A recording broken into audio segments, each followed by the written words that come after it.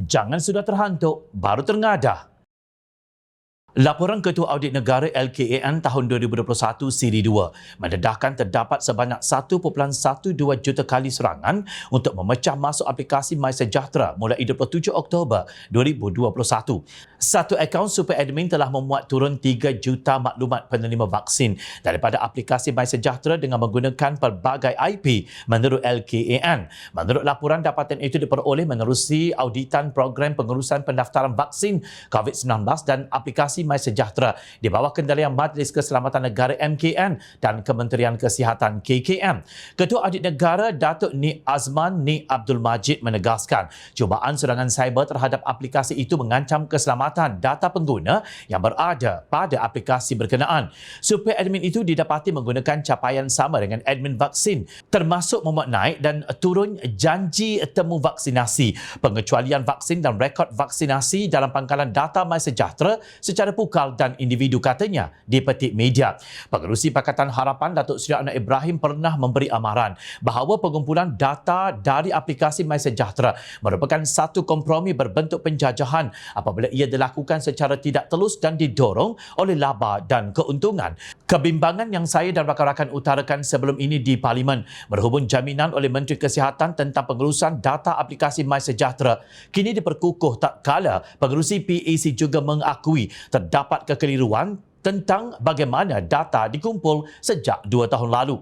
Yang lebih merusingkan adalah data-data peribadi tersebut kini terdedah kepada entiti asing. Rakyat seolah-olah dikelirukan dengan jaminan menteri berkaitan server di mana data MySejahtera disimpan, dakwa Anwar pada Khamis 28 April 2022. Anwar menyelar sikap kerajaan yang membenarkan pengumpulan data oleh organisasi atau kerajaan sendiri tanpa objektif yang jelas.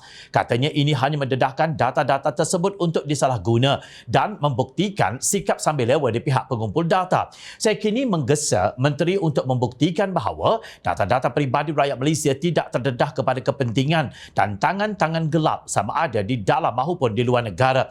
Menteri Kesihatan ketika itu ialah Khairi Jamaluddin. Hari ini Menteri Komunikasi dan Digital Ahmad Fahmi Fazil berkata pihaknya telah mengarahkan Cyber Security Malaysia atau CSM menyiasat pendedahan laporan Ketua Audit Negara berhubung maklumat pengguna aplikasi MySejahtera yang telah dimuat turun oleh pihak yang tidak bertanggungjawab.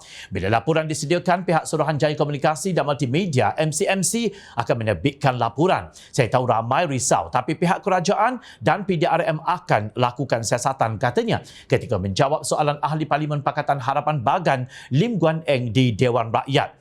Jelas apa yang dibimbangi oleh Anwar pada April 2022 sebenarnya telah berlaku sejak Oktober 2021. Sebelum ini, Jom Channel telah membangkitkan aspek pelindungan pengguna MySejahtera daripada pandangan pelbagai pihak, di mana server atau pelayan ditempatkan sama ada di Kuala Lumpur atau Singapura tidak relevan kerana penyelenggara tetap boleh mendapat akses data yang dikumpulkan menerusi data replication atau replikasi data. Perkara ini berlaku kerana dalam kerja penyelenggaraan, pengurusan pangkalan data atau sandaran pangkalan data mesti dilakukan. Ketika itu, data boleh dilombong untuk digunakan oleh entiti swasta yang telah diberi kebenaran. Kenyataan Nik Azman bahawa kewujudan super admin yang didapati menggunakan capaian sama dengan admin vaksin mengiyakan bahawa ketirisan data yang dibimbangi rakyat boleh berlaku dengan mudah. Jangan sudah terhantuk baru tengadah setelah lebih seminggu berlalu sejak sidang media LKAN di Putrajaya. Apa yang sudah dilakukan oleh SKMM dan CMS? Rakyat mahu tahu.